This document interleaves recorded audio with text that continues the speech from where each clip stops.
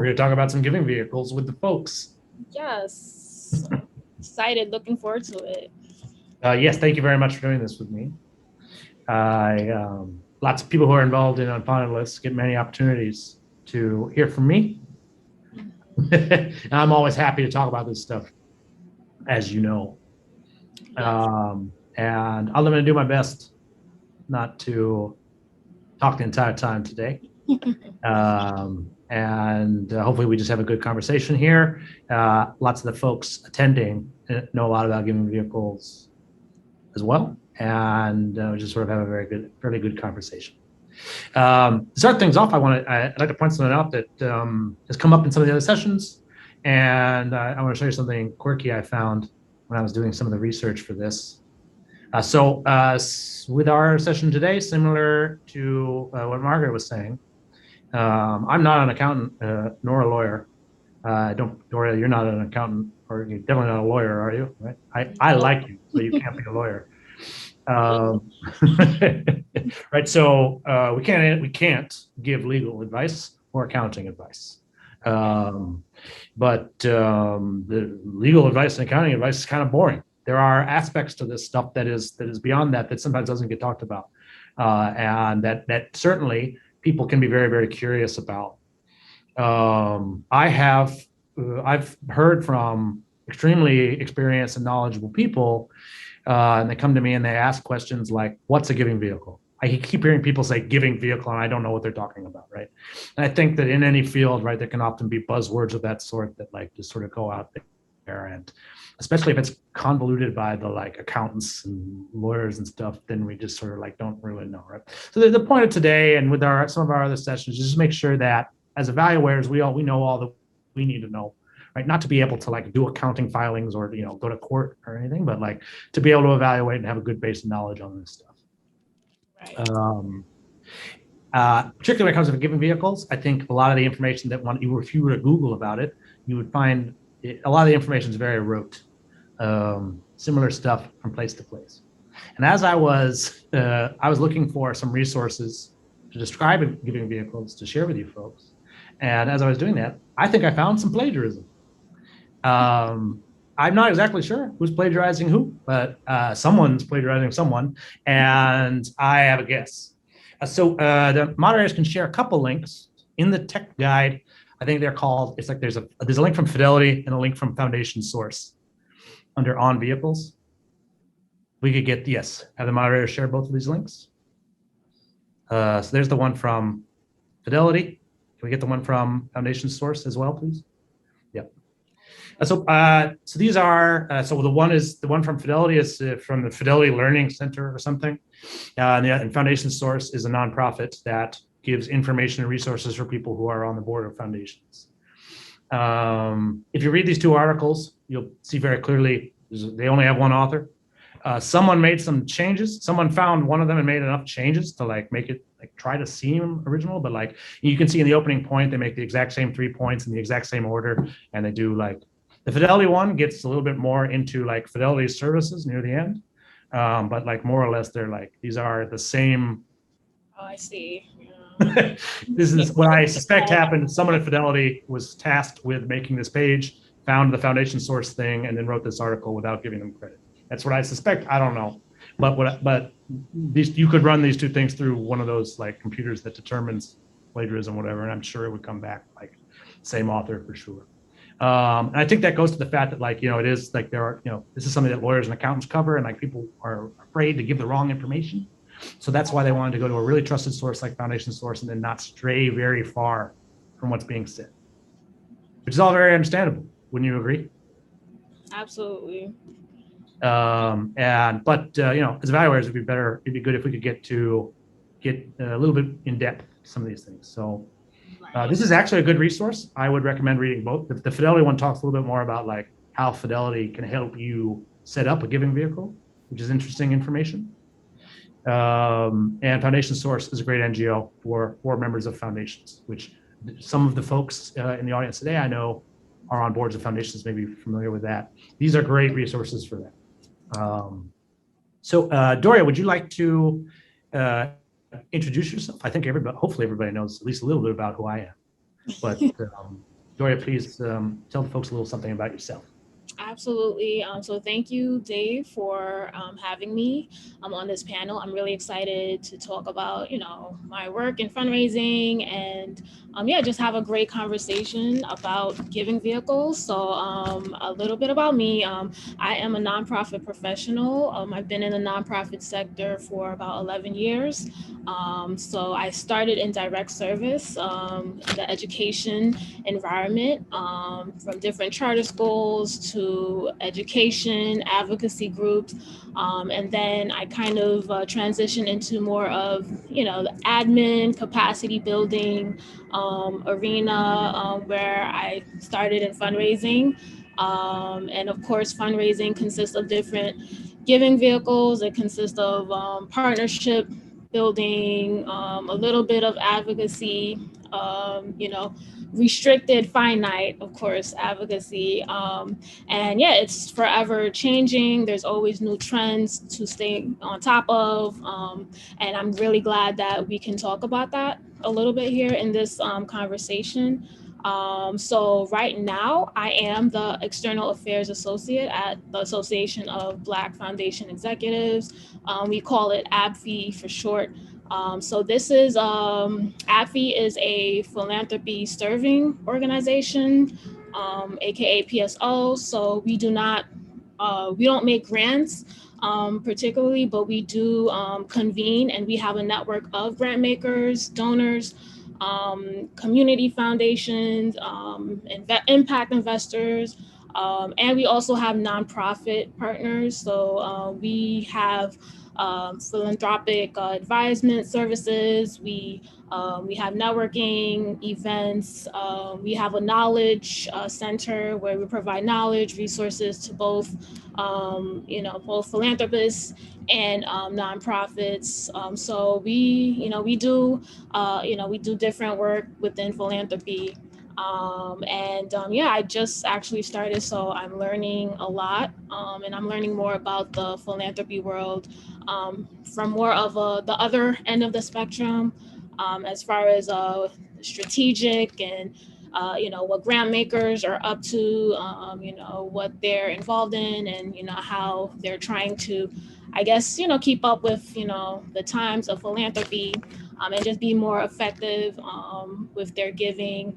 And just more, in tune. So that's a little bit about me. I'm gonna cut it short. And Thank you. No, and as I understand, your new job this is a new job. yes, this is literally my second week there. Congratulations. I think Thank everybody I'm sure everybody in the audience agrees. Thank And I'm sure that they found out you're in a finalist evaluator, and that's why they had to hire you, right? Yes, absolutely. I definitely put that out. Stood out in the crowd of applicants. I sure did. Thank you. Thanks for your so, As an aside, I am often asked by evaluators to serve as a reference, something I'm very happy to do. Evaluators, I don't think I was Doria's reference, but I certainly would have been happy to. I have a pretty good track record as a reference. Feel free to, I can be pretty convincing. But anyway, it's a cool organization that you're with. As one of the, like I was just implying, like I think lots of times we can sort of assume we know what something means.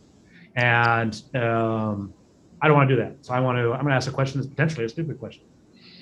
Are they executives who work at a Black foundation? Yes. Or are they Black foundation executives? Yes, literally Black foundation executives. But we do have partnerships with other groups.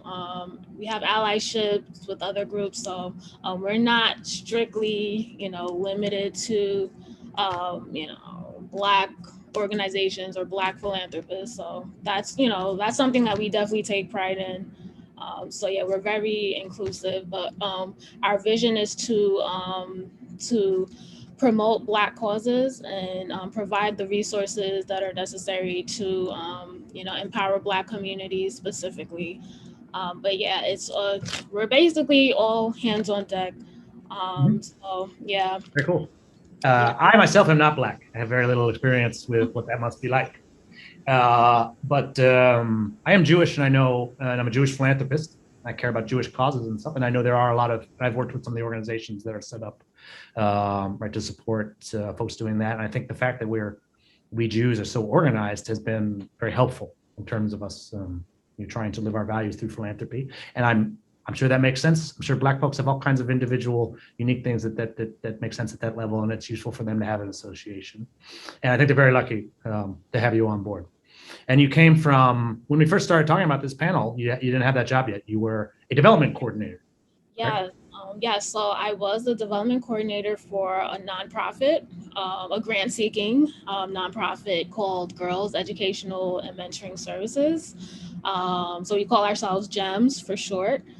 So I was their development coordinator for 3 years and 6 months, approximately. And yeah, I started off as their development associate.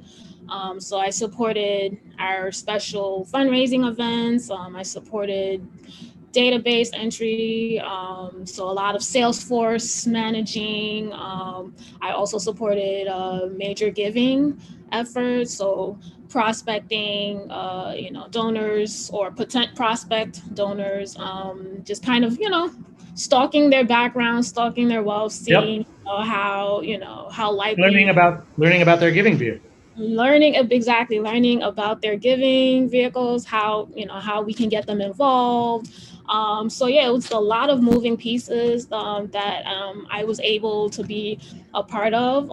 So I think, and even before then, I had another fundraising role at another nonprofit called Reading Partners. So I started fundraising basically in 2016 up until now. So I'm able to pretty much speak about it because I get a lot of insight when it comes to fundraising. So yeah, it's definitely a diverse field, just like the giving vehicle. So yeah, it's great stuff. It's a great skill, and it's a great experience, and it's transferable. That's what I like about it. Absolutely. Yeah, I think the stuff a development coordinator does is useful almost anywhere.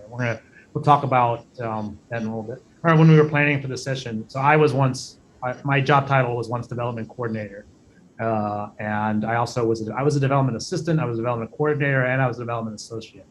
And the one thing I do know, I remember, so you got promoted from development associate to development coordinator. Yes. And once in my career, I got promoted from development coordinator to development associate. Yeah, so can you talk about that? Because I think I don't think it really makes. I don't like. It just depends on the different organization. I think one of the things to learn here is like don't assume that it's all like the titles match up at like different organizations. In fact, even like here, managing director is Margaret, and she's in charge of certain things. The managing director at another nonprofit might have an entirely different portfolio, right? There's not a whole lot of rhyme or reason. In general, though, the development coordinator is going to be doing administration related to the fundraising. Pretty much all. The development, to me, I actually think development associate, just because that's what happened to me, it seems higher level to me. That the associate would be doing coordination and administration, but also perhaps some donor interaction and external work and everything. Right. Okay. Yeah. And I think in general, the development assistant, that's pretty much always the bottom of the totem pole. When I briefly worked at Conservation International, which is a very large nonprofit. That's the biggest one I ever worked at. It's the only nonprofit I ever worked at that had a separate development operations team from fundraising team. So we had some fundraisers with people who talked to donors, and then there was a whole bunch of other administrators who worked there, and they dealt with the like administration of giving vehicles. Fundamentally, I think we always think about fundraisers and development professionals as being money askers. They ask for money. It's certainly an important part of the job. But really, I think the work, and we have some, so Sarah McIntosh, my 7th grade classmate, Ashley Hood, and George Ciatis will be joining us tomorrow. They are all career fundraisers who will be talking about their time doing that. I have occasionally done, other things that weren't specific fundraising. But I think, the general public will think of that work as asking for money. But really, those of us who do it know that it's just the administration, generosity. Lots of people being generous creates a lot of administration. And it's on fundraisers and professional philanthropists to do that work. And those are the folks that work includes writing grant proposals, filing with the state agency, all those sorts of things. Those sorts of people are evaluating with us, sending us proposals, doing sorts of things all the time. Right. Okay, so let's dive into some vehicles, shall we? Sure. Can we go to the next slide? So yeah, so these are the four we're going to talk about today. I'm trying to make it bigger so I can read it. So what we'll go one by one in a moment, and I'll just sort of cover them all. We're going to start off with like the commonly held vehicles, right? So-called checkbook philanthropy, and talk about some of the like administration and how that works. I think generally that's probably going to be the most understood. We'll go into some of the like more muddled aspects of giving, and we'll talk about foundations and trusts for a little bit, and then we'll end by talking a little bit about donor advised funds, which we've covered on a bit in the previous session, and we'll do so some more tomorrow. Next slide, please. Here we go. Common held vehicles. So as a development coordinator, if a gift comes in like one of these ways, that meant work for you to do, right? A lot of work. So like if I make a cat, if you're still at GEMS, I want to donate cash to you. What did you have to do? Oh, well, of course, it would, if you're not like literally around the corner and can bring it to our office, then of course we would expect you to mail the cash, which is risky, of course. Donors that mail, it's very rare for donors to mail cash, but if they do, they make sure they, do it in a discreet manner. So, luckily it used to be a lot more common. it was common, yeah. I try to post to think like you can't do that. I've told people, like I've talked to people about it, and they're like, you can't send it in the mail. I think there may be, in fact, the post office may warn against it. They're particularly older donors. It is the like habit that they're in. Early in my career, we used to have these like sweetheart retired donors who would like send us their spare change. They like clearly gathered up change from around the house, put it in an envelope, and sent it off. And if you've ever heard of the organization March of Dimes, yes, that is exactly the idea there. It was the actual nonprofit. I forget the original name, but it was founded by Roosevelt. It was called it was like the National Association of Crippled Children or something. And there was a very talented fundraiser and also a somewhat famous stand-up comic named Eddie Cantor, who coined the phrase March of Dimes. He was saying, like, put your dimes in an envelope and we're going to create a March of Dimes across America, right, and eradicate polio. And they guess what they did? Those dimes in those envelopes did, and it was largely like single dimes in envelopes going in. And the March of Dimes is a large organization that's raised a lot of money since then and back then, and they did cure polio. The one thing to put a dime in an envelope, send it off, right? I think lots of times we don't remember that there's a Doria on the other end who has to organize all those dimes. Exactly. Me by myself, just me. It can create a lot of work. But there are a lot of online platforms now, and yeah. Well, there's some administration there as well, right? It's not necessarily easy. Yeah, of course, identifying the donors, entering those donations and their donor information into our CRM database system. So unless you're lucky to have a synchronized system, such as you have your database, such as Salesforce, which is what we use, and we use Network for Good, which is an online donation platform. And there's some places that can merge, so it'll eliminate the manual, donation by donation data entry, which is a lifesaver. It saves so much time and energy, but of course that's additional cost.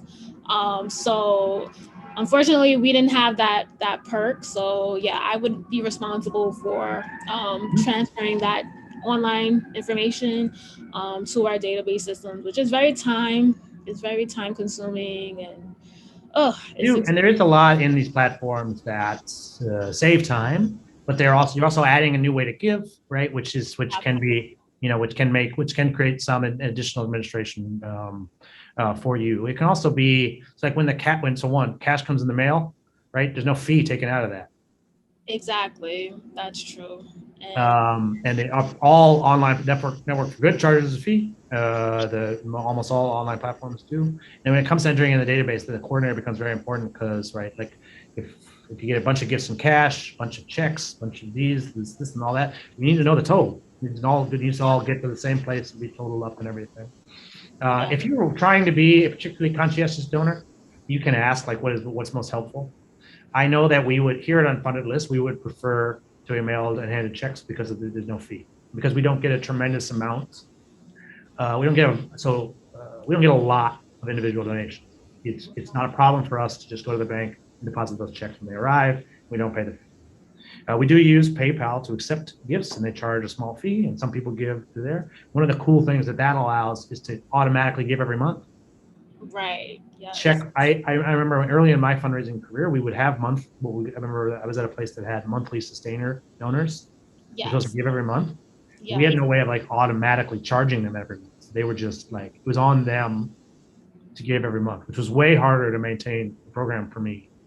Now we do have, so several of our younger professional board members, in order to meet our board minimum, give us $100 a month. That will meet the minimum during your term.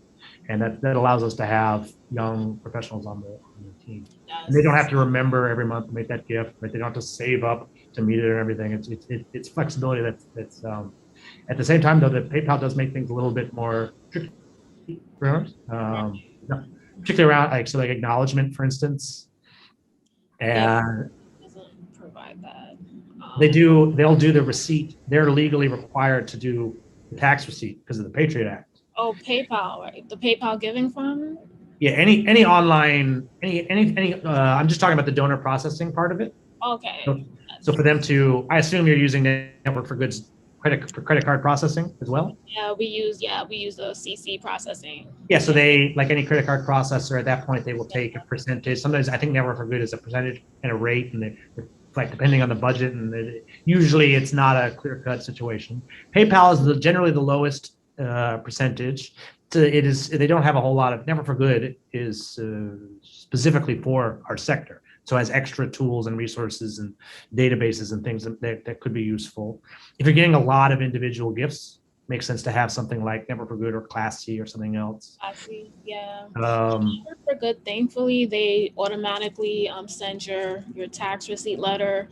But what I find helpful is, and some nonprofits, it's optional. Some do, some don't. But to really engage and make your donors feel, appreciated, it's helpful to have them have like a letter already like embedded, and like they just kind of like, you have your language, your logo on the letter, and Network for Good will already like automate a tax receipt letter that looks like it's directly from the nonprofit. Do yours look so I've seen it. One of the things I said, PayPal works fine. The receipt they send like very much looks like it's from PayPal. And to me, the way I got trained is when they give a gift, this fundraiser's job is to then give, personal correspondence back to the donor, make it, thanking them, providing the receipt, making it seem like you heard from them, right? The PayPal makes it a lot easier for us. It also makes it seem like it's also a little bit less personal at that point.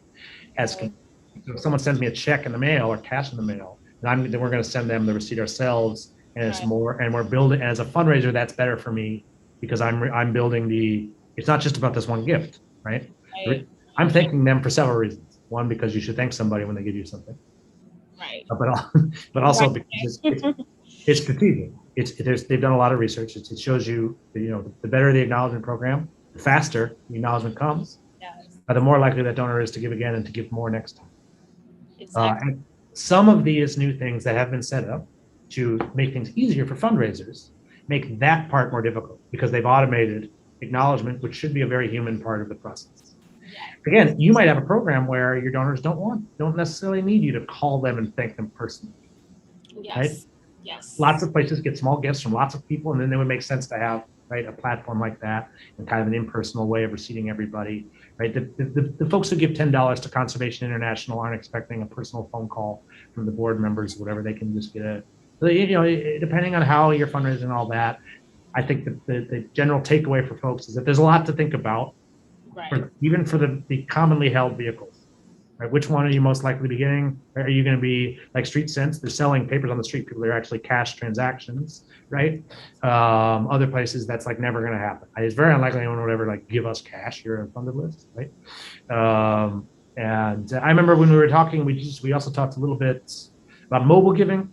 I have tried a variety of mobile giving platforms. I've never gotten one that worked. It was always like a lot of work for me to get set up, and then I don't get any gifts. But again, I think that's just I was never working on a campaign that was a good fit for mobile giving. I mean, we have it. So we use, well, GEMS used a platform called Mobile Cause. These days, people don't really text to donate. I find it helpful for like like special events, and when you're kind of like When you're campaigning. making, letting them. Yeah, I've heard stories Yeah, about that.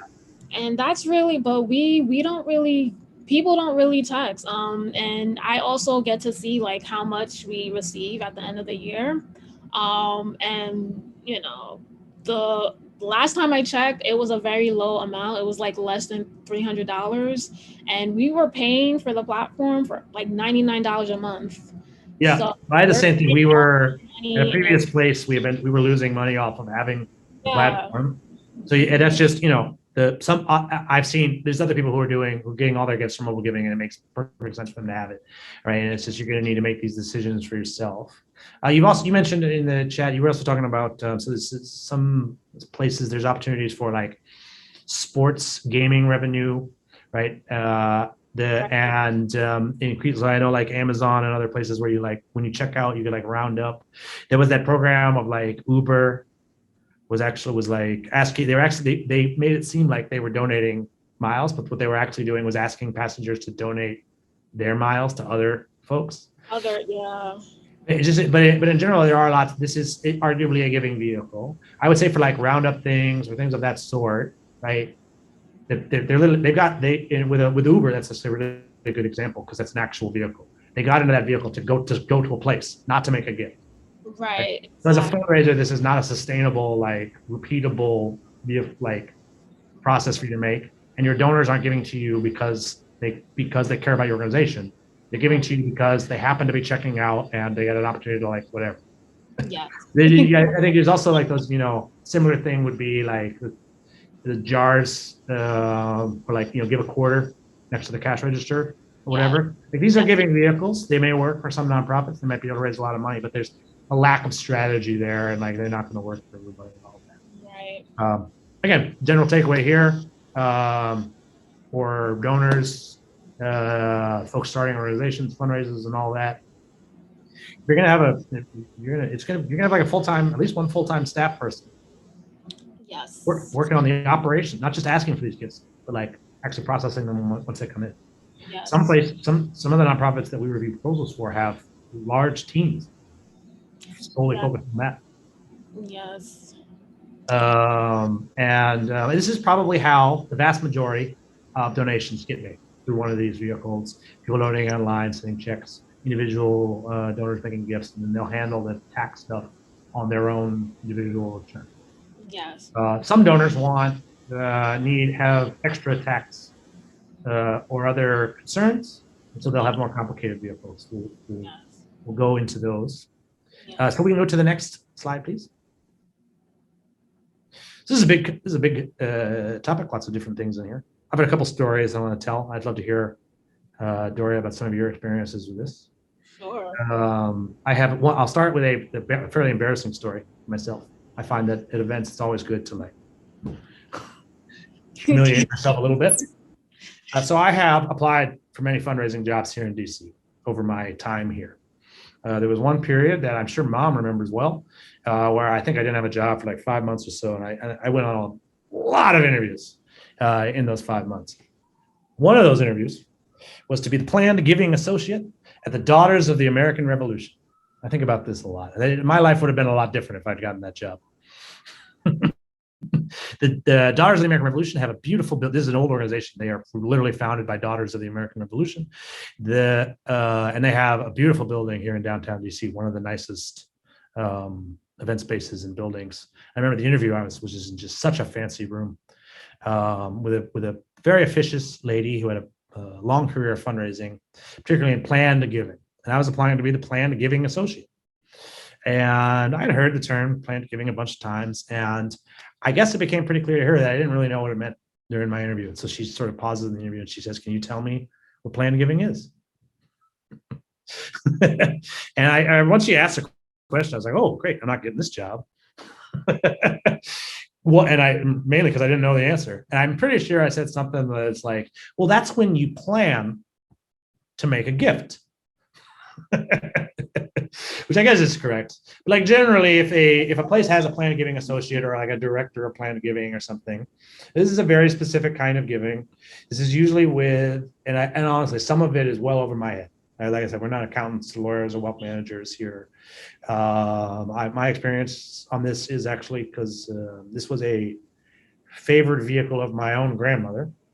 And I know a little bit about that from cleaning out her desk and things of that sort.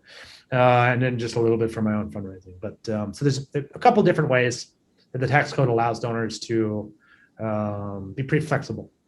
I'll just give some example. I'll give an example of something that that happens with colleges and universities a lot.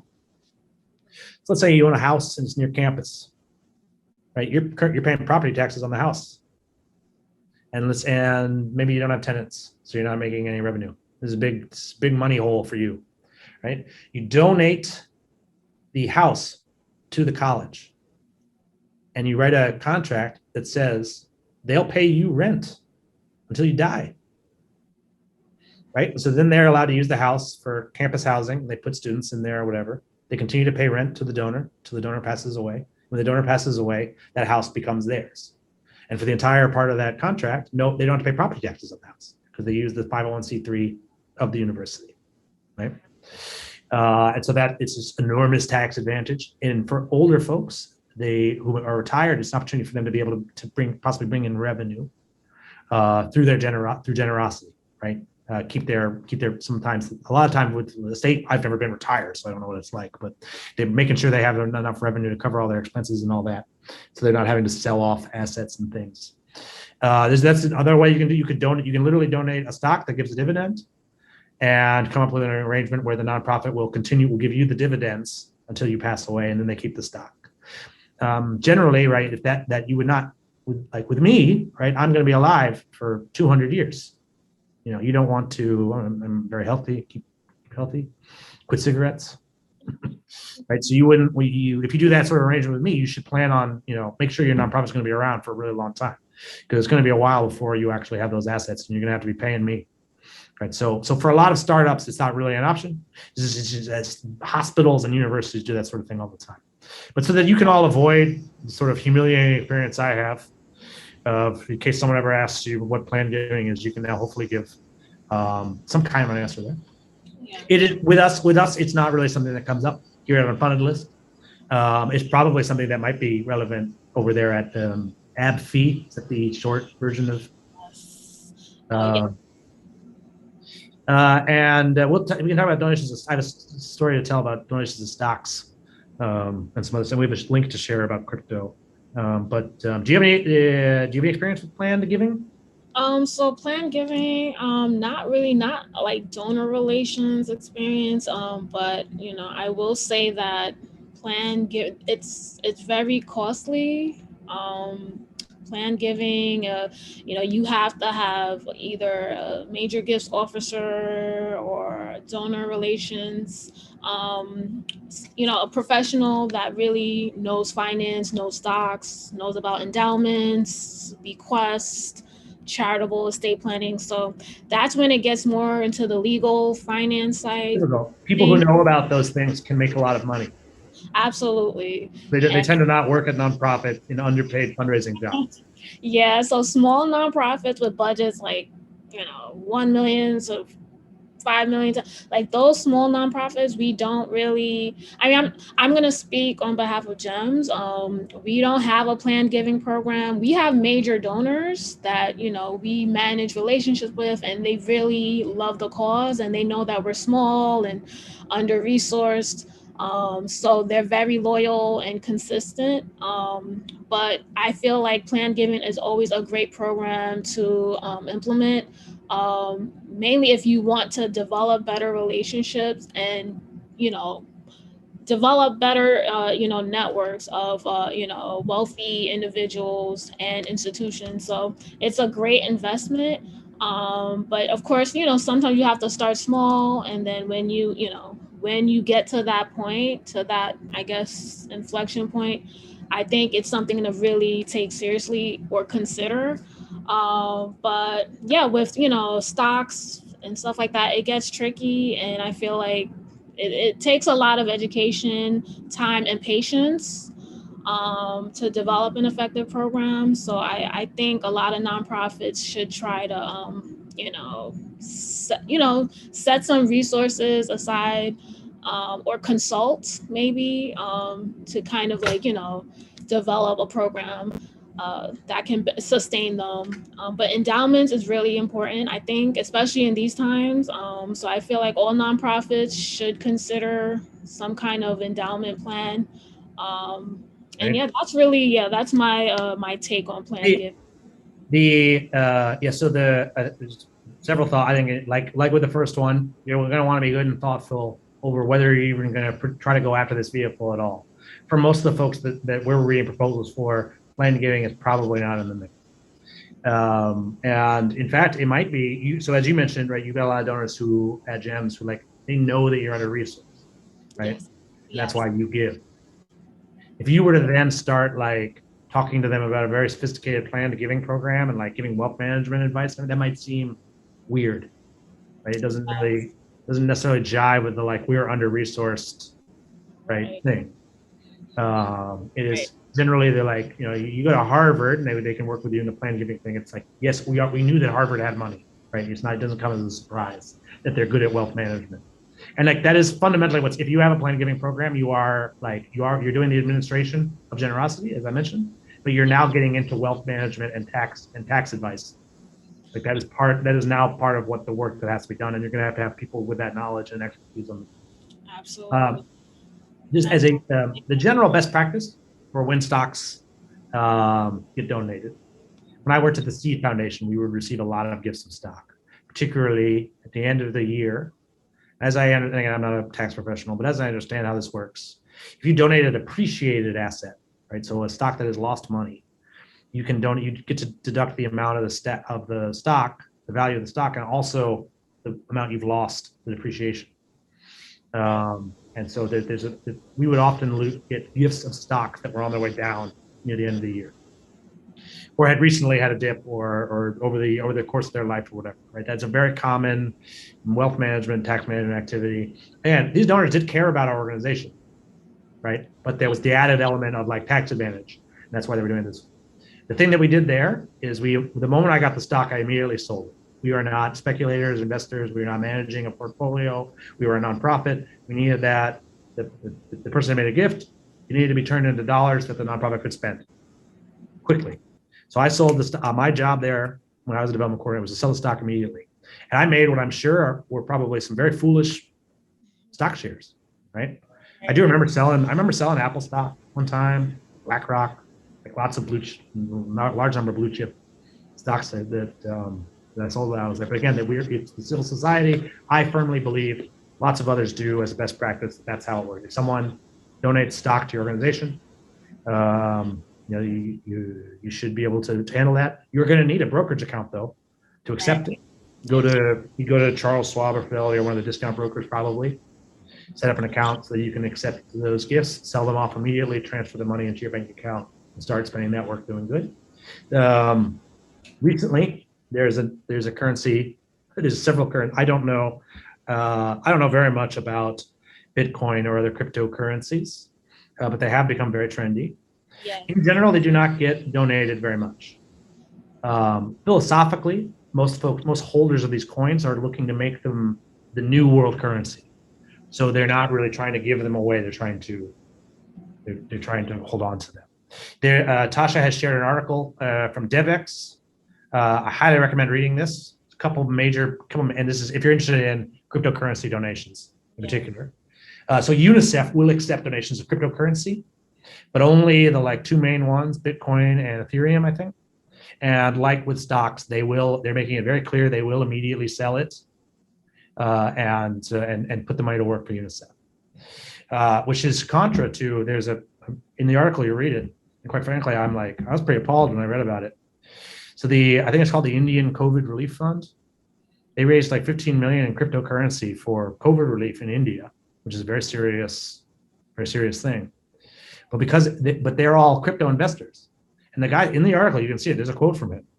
He's holding it in crypto form because he doesn't want the currency to devalue. He's more worried about devalued cryptocurrency than he is. And this is, again, COVID in India. I guess he's waiting for it to get worse before he spends the money, but it's a common issue. I think this could very quickly become a crypto conference, and I do not want that to happen. There are many out there that you can go to, and there's lots of evangelists on this cause that will make it seem like it's going to save the world. I would if you have donors who own crypto, it might be something that you want to think about at your nonprofit, right? Give them that opportunity.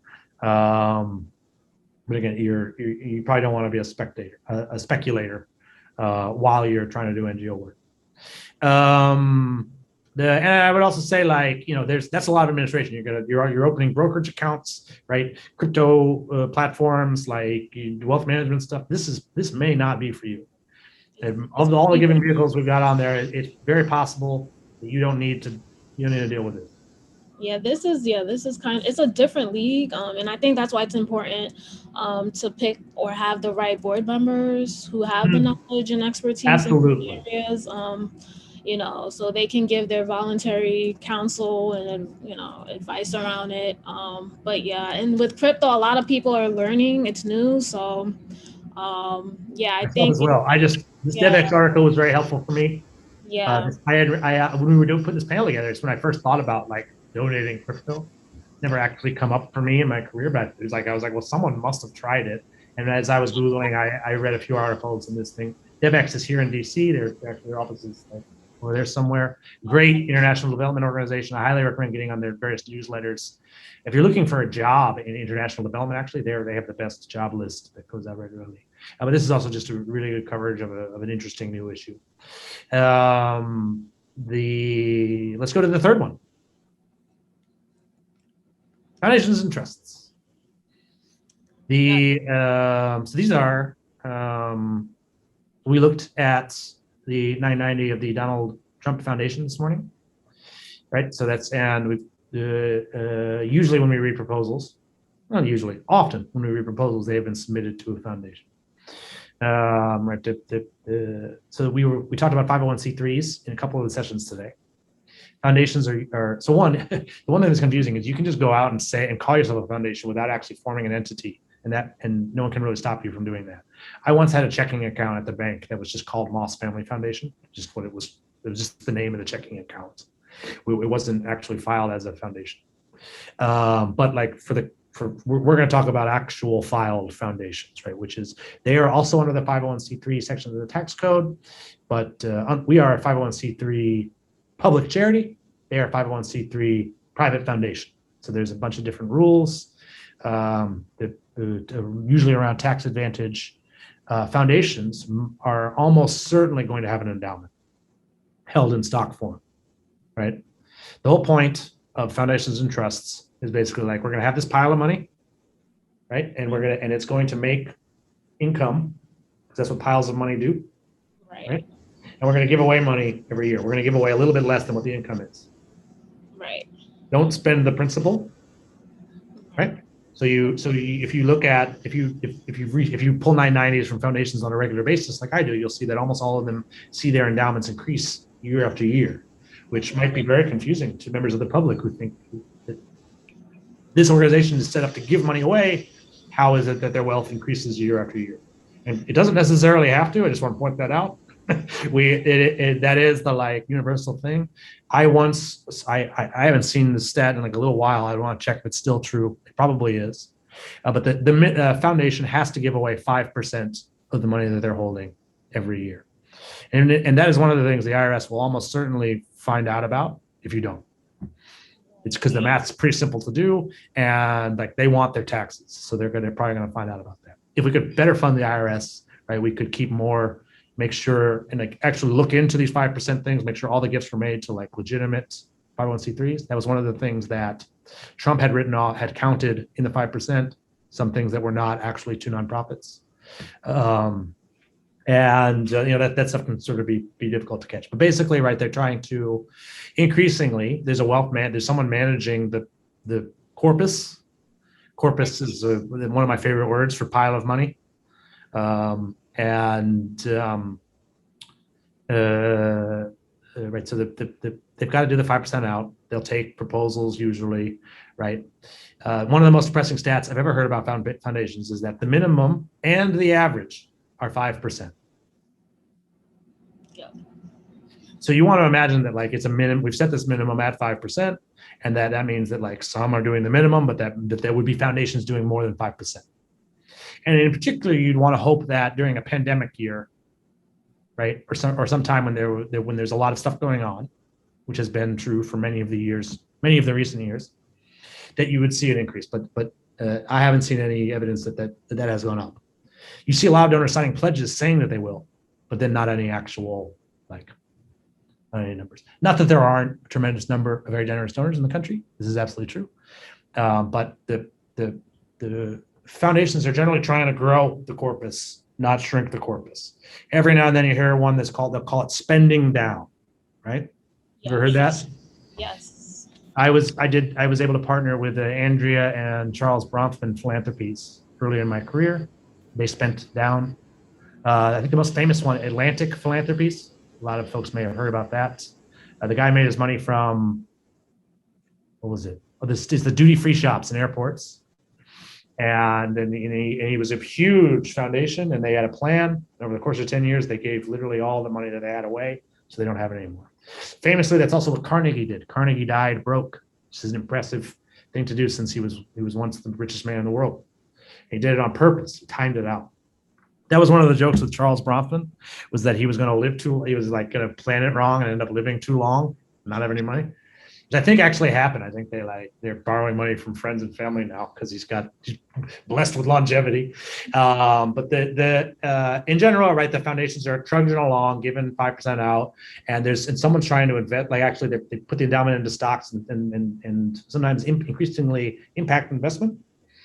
So we do have folks who come to us. Is a kind of exciting new thing in foundations for a lot of folks, particularly when if next gen family members get put on the family foundation. They are often very interested in this. Carnegie did invest in libraries. There's many Carnegie libraries here in DC, in several buildings that he made. In my hometown, Waterville, Maine, has a beautiful Carnegie library. If you're ever in Waterville, I highly recommend it. And I didn't know that he had them up in Canada. I guess that makes sense. Lots of readers up in Canada. As an aside, Jane Moss is a Canadian studies professor, so the two of you should talk about Canada sometime. Sorry, I got distracted by Canada. What was I? Oh, foundations and trusts. I used to. I heard several times early in my fundraising career, folks that wanted to see the 5% number raised. I used to be opposed to it. I've changed my mind on that because it doesn't go up. Nothing else basically go up.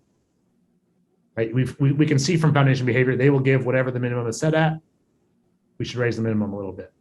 If they're good at their wealth management, they should be able to make, without paying taxes, 10% each year. So we could raise this up to 8-9%, and they'd still be able to grow their endowments. And even if they don't, even if their endowments shrink a little bit, that wouldn't be the end of the world, right?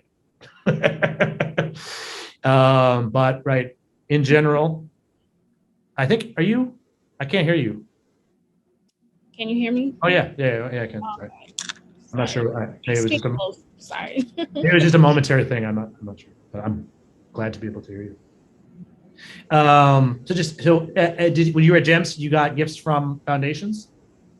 Oh yes, that a majority. Well, after government grants, we received a large bulk of foundation grants with our consistent foundation partners, and thankfully a lot of them made pledges. I think you can go on Council of Foundations and see a list of all of the foundations that made pledges, especially during COVID. A lot Yes, of there them. was a pledge where and in fact, some of them said they were going to give away more than 5%. Yes. So I happen to, so that it was actually a little frustrating. That pledge in particular was a little frustrating for me.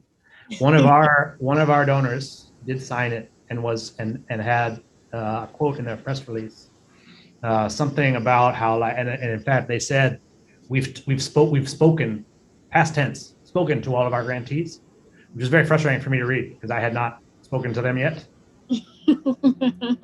Right, but it's just because they signed a pledge doesn't mean they're actually doing that stuff. I've read pledges from, and I'm like, no, you're not doing that. There's no accountability on those things. Some of the folks signing those pledges, though, are definitely living up to it. Right, there are donors with integrity in the world. It's probably the vast majority of them. I tend to be a, I tend to focus on those things. But those pledges, there are a lot of people that a part of foundation and trust is legacy, right? And their personal brand and how people remember them. They could be giving anonymously and almost all foundations are named after the original donor, right? So it's very much about like they're getting their name out there and having about them, and making sure that's all good work. Administratively, getting a gift from a foundation is just like a little bit more work there, right? Yes, because we get a combination of restricted and unrestricted. So most foundations, they like to fund programs. So a lot of the times, the grants come with restrictions. We have to report sometimes quarterly, mostly like, twice a year, interim reporting. A lot of them are, that's what they require. And you have to report even on our unrestricted grants. Yes, even on some unrestricted grants, we do have. They want to hear what you did with the money. Yeah. So it's like they don't really they're not super anal with every detail, but sometimes they do want like an overview of everything you've done throughout the year or half year. So there's that. So that's less pressure. You don't have to meet or bug your program staff or your evaluation staff for data and KPIs and things of that sort. So some are more lenient, others, they want to know every nook and cranny, every detail. They kind of have to put us, through it, which is fair. That's, it's their money. They want to know how it's invested. And they could be funding a lot of programs. Absolutely. They have a portfolio of right? It makes sense that they want to be constantly making sure that you're doing the best possible work because they could be funding. Absolutely. And if they're not funding the best program, that means people suffer. So it's a difficult, it's not the easiest thing to be in that position of responsibility, because you'll get the one thing that's true for every single foundation, especially one that accepts proposals, they get more proposals than they can fund. All of them. The biggest, Bill Gates gets more proposals than he can fund. I'm sorry, say that. So Bill Gates has a lot of money, right? He receives more. He doesn't even accept proposals. He still receives more proposals than he could possibly fund in a year. And so what they do is they tend to come up with like very specific ways that they work, because they're trying, and that's generally the dance that fundraisers are doing with foundations, making sure that you fit into there. I would say it's not all the money in the world that can be raised.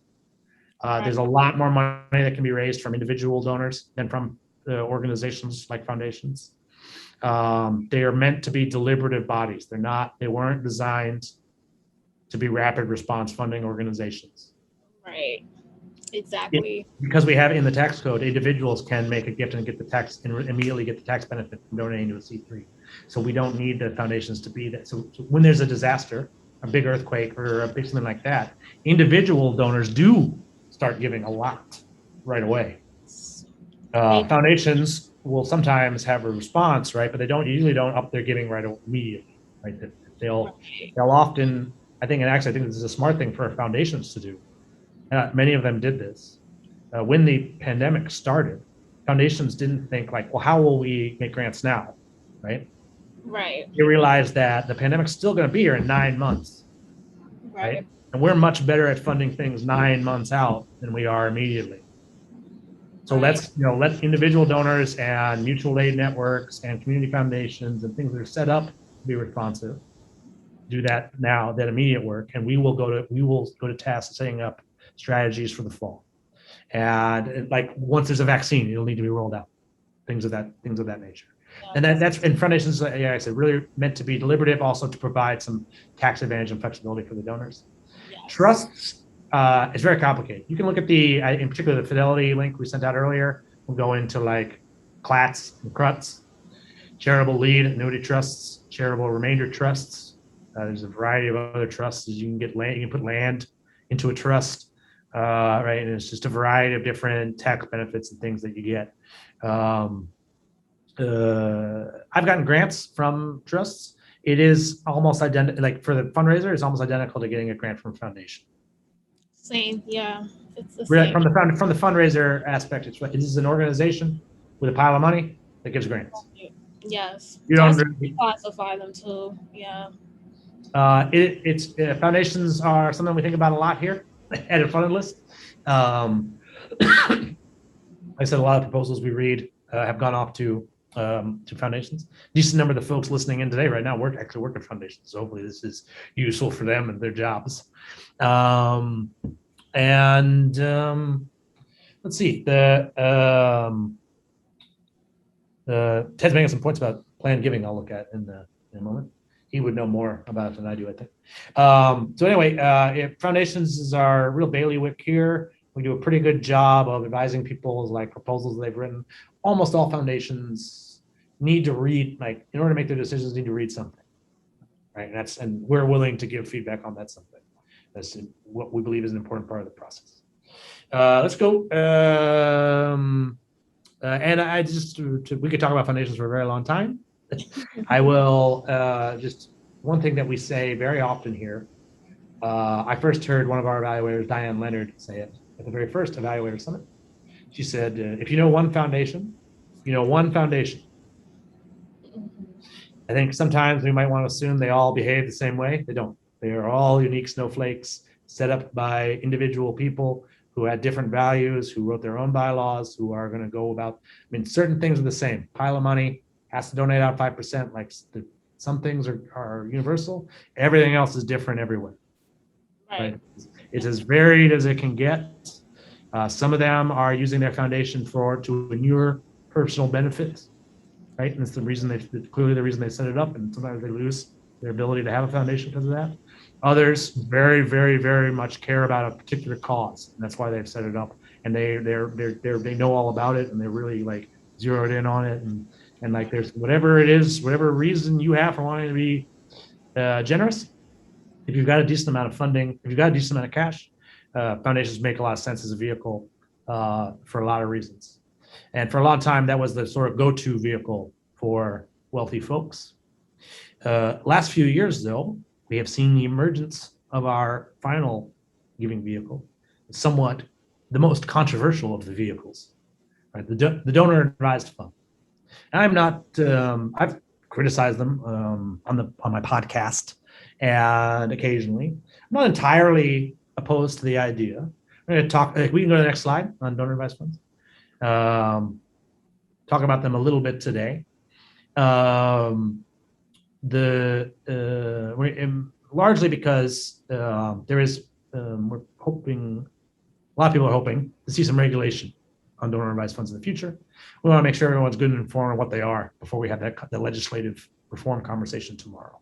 Have you ever received a gift from a donor advised fund? Yes, we received several gifts from, Fidelity, Vanguard, Charles Schwab. Charles Schwab. Those are like our main three, which we love receiving DAFs. Like, for number one, it eliminates the acknowledgement letter part since donors automatically receive it. And then they give you the option to send a thank you letter. And what I don't like, I'll say, is when it's anonymous and it's a large amount, like 10,000, 5,000, like that, within that range, and you want to know who, you want to engage them, and it's just up in the air. You'll never know. So that, I'll say, it's usually an inconvenience, but it's for us, we appreciate it. Our donors that donate I guess some 1,000 or more, or 5,000 or more. A lot of them have transitioned to DAFs. So at first it was checks, sometimes online, and we noticed that a lot of our 1K and up, Yep. they have been transitioning to DAFs. So yeah. I have noticed the same thing. When we get gifts in that amount, they almost always come from donor advised funds that are, Right. a lot of our evaluators have them. And I've actually had a chance to talk to the donors about some of the quirks. There have been frustrations. Like I said, I was trained that when you get a gift, you thank the donor within 24 hours. This is what I got trained to do as a best practice. Donor advised funds do make that impossible. They do not tell you that the gift has been made until usually weeks after the donor initiates it. I actually don't. Most of our donor advised funds that give us gifts, I learn about it when the check arrives. And that's kind of a problem because a lot of them, so most nonprofits, most registered 501c3s, their paperwork that's publicly available it's 2 years old. That's what the IRS puts out, 2 years old, right? Lots of nonprofits change their office space over the course of 2 years, right? But Charles Schwab will send that first check to whatever's listed on your IRS paperwork, and you can't make them do anything else. Right. So if that address is different, and you get a gift from them, it has to first go to the wrong address, get sent back to Charles Schwab, then they contact you to ask you for the updated address, and then they reissue the check and they send it to you. And you can know all of that from the beginning, and there's nothing you can do to stop it. Right. And it is a little bit frustrating. And you can, like you contact the IRS to get the change of address form to update that. But again, it updates when it updates. And so we actually had this year, one of our donors made a gift to us on December 28th. Right, doing their end of year giving. It was someone who had been evaluating with us often. I know her quite well. She had given to us before. This gift was an increase. She doubled her amount, and that which is all really great news for a fundraiser, right? And you'd want to very quickly give her a thank you right there on the 29th, wish her a happy new year, right? And then maybe try to set up coffee in January, right? Right. Pretty good steps for the donor to take. And then by that coffee would be, I'm not going to ask for anything. I'm just going to buy her coffee and thank her, talk to her about why she gave like a nice thank you thing, right? For us, a gift, I think the gift was $1,000, which we don't get that many $1,000 gifts. It's worth it for me to do some personal follow-up there. On April 10th, I got an email from Vanguard asking me why I hadn't cashed the check yet. That's the first I heard about it. So in her mind, she makes the gift. She thought she made the gift on December 28th. I spoke to her 5 or 6 times before I found out about it. So I had conversations with her where she knew she had made a gift and I had not acknowledged it or thanked it or done anything, which is really tough for me because, again, I told you I got trained. I hear my first boss's voice in my head screaming at me that I took months, months and months to thank a donor that was important to us. And I would say Vanguard, I tried to explain, I tried to talk to somebody at Vanguard about that. And they did not have any interest in speaking to me, which was a little disappointing. Generally, this is the line of criticism around donor advised funds. So you can get the tax benefit immediately, but then the money isn't immediately at a nonprofit. So we've got all this all the money sitting in DAFs right now is untaxed, but not yet in the public sector. And that is a lot of the regulation being proposed will be about trying to get it out faster. But even if it were perfectly efficient, even if they immediately delivered the funds, yes, that would only be as efficient as the previous model. Yes. And Ted, thanks for that note. I noticed that they have that, but that does mean that fundraisers would now have to go to every single donor advised fund holder and fill out their form, right? That's a lot of extra administration. Yeah, I've been through that. They want your bank statement. They want proof of. The worst one. So if you've heard of what is it? Benevity Fund. Yes. Yeah, we got a gift. I don't know if Mom's on the. Jonathan Price made a gift through Benevity, Mom, and this was the worst gift I ever got in my life. It was so difficult. They made me fill out so much paperwork, and then like a year later, that's just, it might have been 2 months after. Yeah, it was 2 months for us to get the check, Ted. They definitely needed info. They made me, and then it was like a year after I got that check, they told me that my info had like expired and I had to I had to fill out the forms again, or else I would be ineligible. They were saying in public that I was ineligible to receive gifts. And I'm like, you absolutely have to stop. Yeah, no info on the donors. Exactly. Yeah. I only know that gift was from Jonathan because Jonathan told me. But like I actually got their general counsel on the phone, and I was like, you cannot say in public that I am not eligible to receive charitable gifts. If you catch me doing it again, we are going to have to do something about that. They're making it seem like they're an authority for a regulatory agency with a lot of their language. That really turned me off. But you're right. It's Benevity does their business by going to these big corporations and saying, we'll set up a corporate giving program for you, right? And it's all about the corporation, making it easy for them, letting them do things, right? And they pass all the extra administration on to, who do they pass it on to? Me. Yeah. onto the fundraisers here. So Mom, the advantage to donors, and actually can we go to the next slide? I think I have a good answer for Mom's question. Yeah, here. So when a donor of wealth is considering setting up a giving vehicle, these are the arguments that the fine folks that manage donor advised funds will be making. So you immediately get a tax year deduction when the moment you put money into the DAF, right?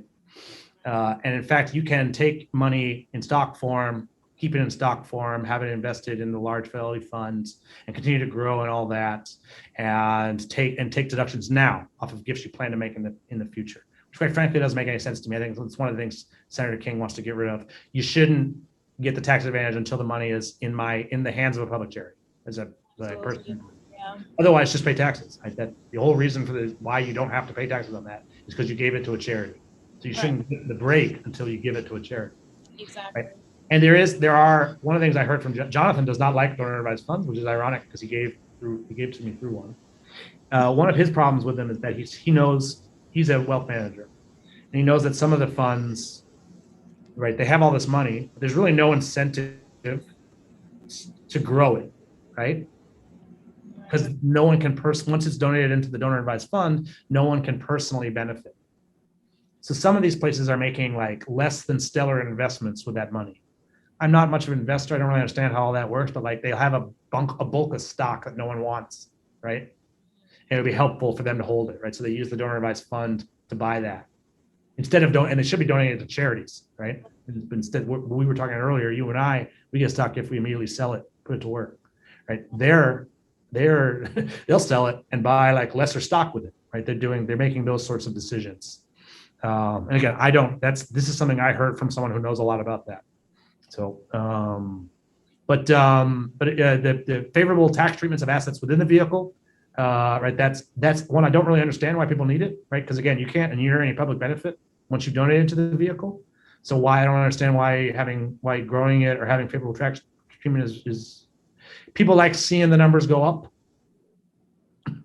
right? And then a consolidation of donation substantiation receipt. So this is so basically that's an argument that they make, right? That everyone gets the tax receipt right away. I can tell you that's the job of the fundraiser, right? Like when I used to get gifts directly from donors, I gave them tax receipts. As the 501c3, I don't need a bank to help me give you a tax receipt. I can just say, yes, I acknowledge that you gave me this gift. We are tax exempt, therefore your gift is tax deductible. Please show this letter to the IRS as your proof. Right, and we have an EIN and everything can be checked. I did not need Fidelity or Vanguard or anybody to make the receipting process easy. Not for me anyway. They're doing a really good job of convincing donors that they're making that part easier. Right. And some organizations aren't as like on the ball with that. They may not get you the receipt right away. That's definitely true. They're busy. They're under resourced or whatever. And it's absolutely true that like the moment you get that money over Fidelity, they definitely make sure because that's their main focus there is wealth management, not necessarily doing philanthropy. So a couple of the donor advised funds have gotten very, very large. In particular, Fidelity. It's been a while since I looked it up. Last time I looked it up, I think it had over 40 billion in assets in just one fund. So this is considerable amount of money in these funds. And this is just one fund with $40 billion in, which is close to the total amount of money granted by foundations every year. And an awful lot of money for just one person to have.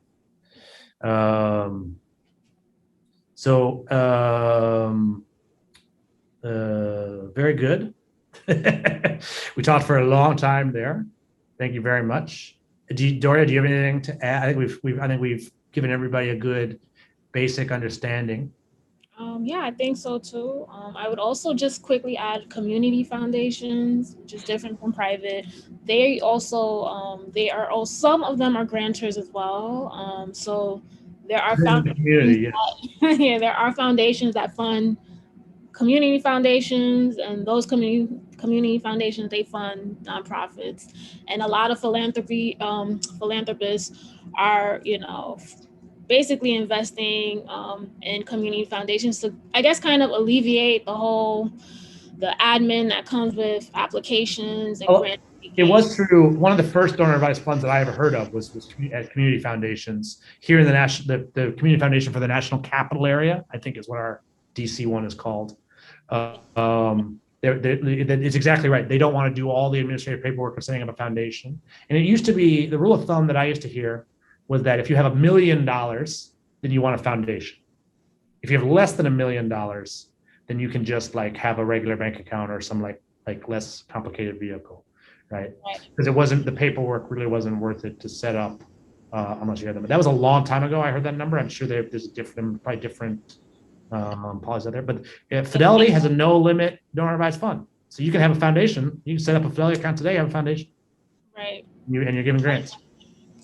Yeah, so that's a lot of the ease for them. Actually setting up a foundation is a lot longer. A final problem for fundraisers. I did a whole session this morning on pulling 990s, which I can't do for a donor advised fund. I can pull the 990 for Fidelity Charitable Fund, but it's the 990 for it's the 990 for $40 billion. Right. Exactly. So it's becoming more confidential these days. So, there's that, philanthropists and donors, a lot of them want to remain anonymous. So you have to kind of take the good with the bad when it comes to that. But yeah, I think that's it. About anonymous giving. I have actually never, I don't think in my career I've ever received an actual anonymous gift. There have been gifts where I wasn't supposed to mention they want to stay and remain anonymous, but I always knew. Yeah, I always knew who donated. Have you ever gotten a gift that was actually anonymous?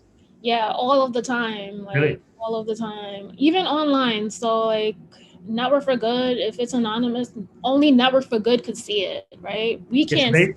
So when that happens, Network for Good knows who donates to you and you don't. We don't. Whoever they check anonymous, so we don't get to see. Throughout the history of philanthropy, there is a lot of, and if you read philanthropy history, which is very boring, I don't recommend that you do it. But there's a book by Oliver Zunes that I think is called Philanthropy in America. And in the early going, it was all the big donors were just their main complaint was that they were getting bothered too often. Yeah. Yeah, it happens. Yeah. But that's what hit the territory. So I guess for them, it's all right, I'd rather keep it private. And that's just, there's other reasons too. So I don't really, when I make gifts to nonprofit, because of what I do here, I don't usually tell people about things that I give to. Right.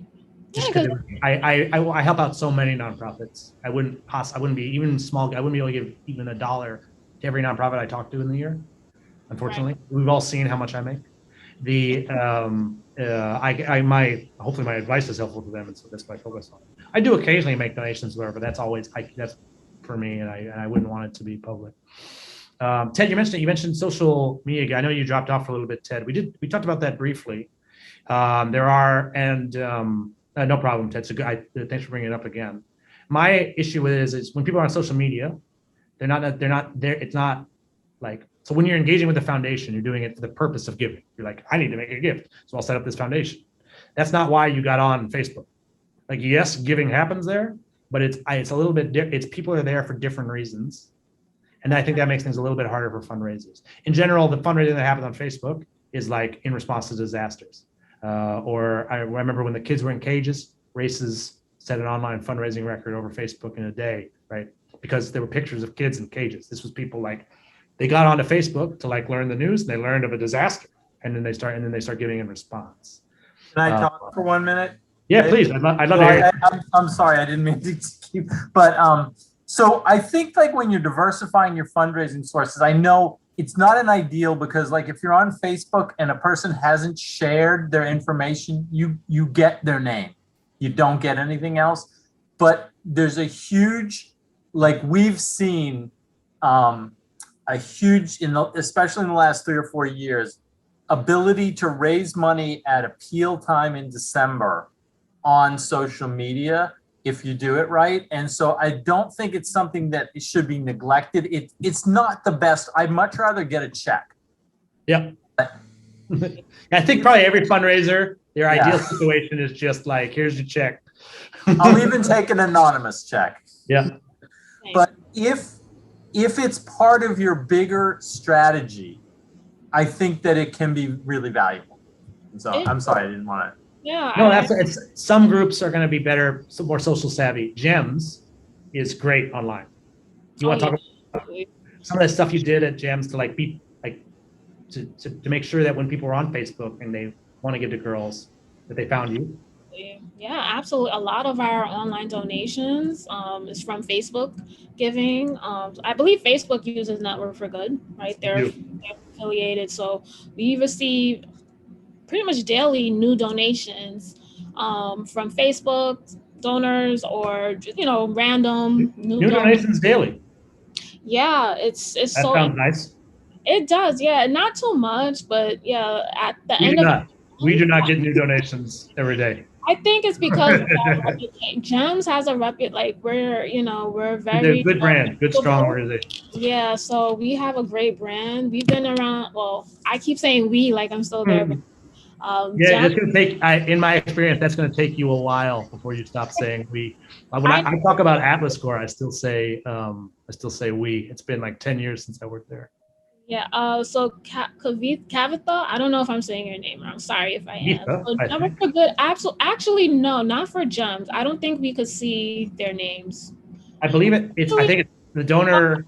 The donor like might be able to check or whatever. Yeah, they check. But I think actually, as the fundraiser, if someone makes a gift to me, I definitely want their contact information so I can like make an ask again and thank them properly. And like you almost always don't get the information you want through any of these platforms.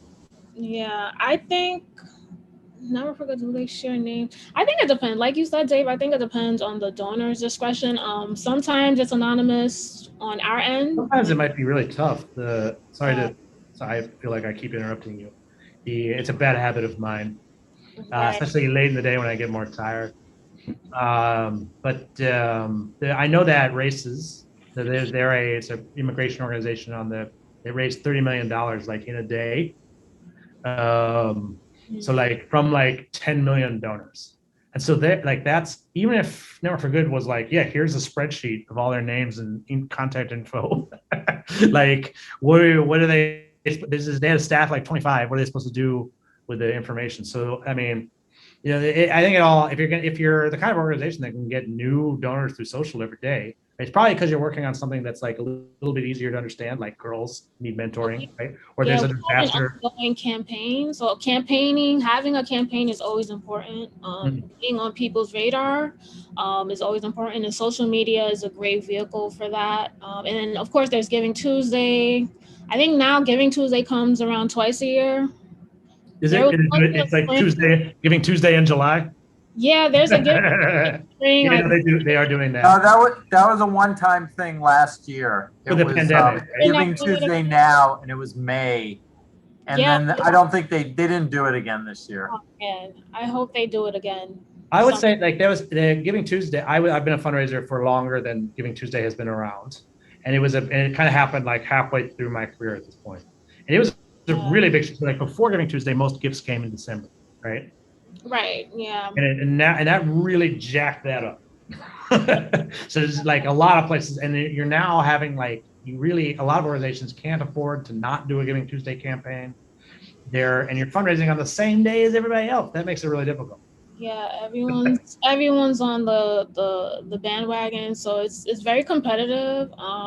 But that's why I feel like having an ongoing campaign and not just an an annual, like, end of year. I think, and an end of year is always important, obviously, because tax season, is right, around the corner. So Yep. it's always important to do that. But I think just having a consistent campaign, it definitely helps, and just being really active on social media, LinkedIn as well. I think a lot of nonprofits don't really, they don't max out on the benefits of LinkedIn, and that's a great way to get on the radar of other philanthropists and foundations, connecting with them, being social and active on LinkedIn. Because I looked at LinkedIn the other day and I'm like, this is like a Facebook for professionals. It's really interesting how engaged people are. Philanthropy is a hot topic on LinkedIn these days, for sure. Yeah. So I think I'm seeing interesting posts from foundation professionals every day, and like I learn a lot on much more on LinkedIn than I would on other platforms. I'm not sure how much people donate on it. I don't really know. We're not the kind of organization that gets a tremendous amount of gifts online. Anyway, we've gone well over time, and it's a topic I'm sure you and I could talk about a lot. Anyone who wants to hear more from Doria should submit a proposal, and she is one of our talented evaluators. Hopefully everybody has learned quite a bit about giving vehicles today, or at least enough, right, to be able to negotiate in the world and help you out with giving feedback this fall to some of the groups. Thank you again, Doria. This was a really fun conversation for me. Thank you for the evaluating, and best of luck with I know you've just started this new job. Was it last week? Yes. Yep. Yep, very good. So I'll give you a little bit of time before you get a meeting for me with your boss, but not too much time. Thank you so much, everyone. No, I'm very interested in the organization. I'd love to learn more. I was looking at looking up their bios and everything you've got. Looks like you're going to have some really cool bosses to work for, which should be a lot of fun. Congratulations. Thank you, everybody. We are going to do, our feedback on the feedback session at 5 o'clock today. Us who are here in person at the hub, we're actually going to pack up. So Mom, I'll be home in Moss Haven. Mom and I are going to moderate a fun panel, happy hour panel today from 5 to 6. That's one of the reasons why I want to go home, Mom. I don't want to make the catalyst stay till 6, and we don't have. I think all of our in-person folks have left today. So I'm going to get a ride home from Margaret, and we will see everybody back at 5 o'clock. We've got some international guests joining us: London, Armenia. And right here in Washington, D.C., and of course, Pinehurst, North Carolina. Thanks, everybody. This is a great day. Thanks to the hub staff. I'll walk in there. Right on. I need to get going home. Everybody should feel free to, if you want to stick around and chat with each other about giving vehicles, feel free. Thanks again. Thank you, everyone. Take care.